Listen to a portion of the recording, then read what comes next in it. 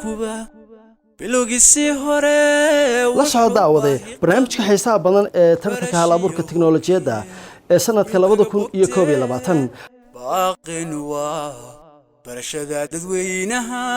baaqin waa waana barnaamijka xiisaha badan ee iska kaashadeen bangiga caalamiga ah Premier Bank iyo wasaaradda isgaarsiinta iyo tiknoolajiyadda ee Soomaaliland la balladhiyay waa barnaamij xiiso badan oo ay ku tartami doonaan dhalinyar iyo aqoon-yahan tiro badan oo ku kala guuleysan doona $18,000 lacag gaadhaysa oo loogu talagalay in dhalinyartaasi la siiyo hal-abuurka la yimaada